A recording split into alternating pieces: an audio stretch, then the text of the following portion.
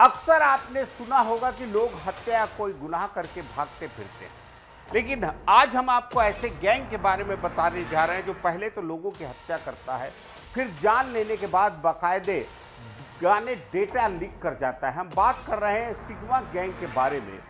हाल ही में इस गैंग के 4 कुख्यात बदमाशों का एनकाउंटर किया गया। ये गैंग उत्तर बिहार में सिग्मा एंड कंपनी गिरोह चलाते थे। सीतामढ़ी के गांव मलाही के रहने वाले रंजन ने पिछले 7-8 साल में बड़ा नेटवर्क खड़ा कर लिया था। ये गैंग अपने शिकार को गिनकर 6 गोली मारता था। 10 सेकंड में सिर और सीने में गोलियों की बौछार कर हत्या करता था। कोई ऐसी वारदात नहीं जिसमें गोली मारी गई हो और वो बच गया हो।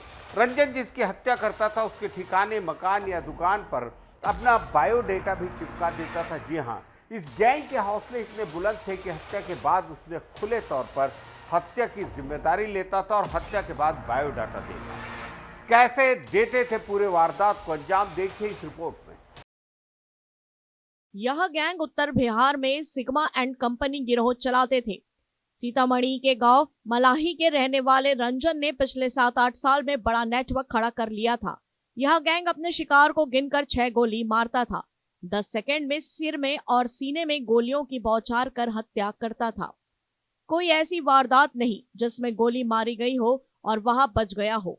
रंजन जिसकी हत्या करता था उसके ठिकाने, मकान या दुकान पर अपना बायोडाटा भी चिपका देता था। जी हाँ, इस गैंग के हौसले इतने बुलंद थे कि हत्या के बाद अपने खुले तौर पर हत्या की जिम्मेदारी लेता और हत्या के बाद बायोडेटा चिपका देता। ऐसा करने का मकसद था इलाके में दहशत फैलाना, रंगदारी उगाही करना। रंजन हत्या की प्लानिंग नेपाल के विराटनगर और जनकपुर में बनाता था। फिर वहां से आकर हत्या करने के बाद नेपाल, दिल्ली या दूसरे राज्य में भाग जाता था। हालांकि रंजन पाठक के साथ एनकाउंटर में 3 और मोस्ट वांटेड मनीष पाठक, अमन ठाकुर और बिमलेश महतो मारे गए। एनकाउंटर के वक्त इन चारों के पास से पुलिस ने AK-47 समेत आधुनिक हथियार, 3 पिस्टल, 1 देसी कट्टा और 1 फर्जी नंबर की कार बरामद की है। सीतामढ़ी के सुरसंड के रंजन पर 50,000 का इनाम था। 25,000 का इनामी विमलेश भाजपट्टी का रहने वाला है।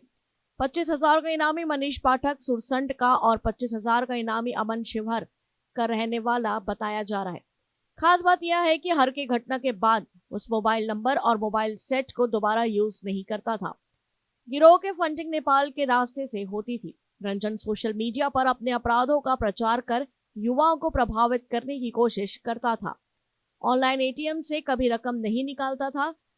वारदात के बाद बिहार से बाहर भाग जाता था। सीतामढ़ी के सुरसंड थाना क्षेत्र का गांव मलाही की सीमा नेपाल से लगती है। यह भौगोलिक स्थिति रंजन पाठक और उसके गुर्गों के लिए वरदान की तरह था। बिहार के DGP विनय कुमार ने बताया, इस गिरोह का नेटवर्क बिहार से नेपाल तक फैला था। वारदात के बाद ये सभी नेपाल में छिप जाते थे।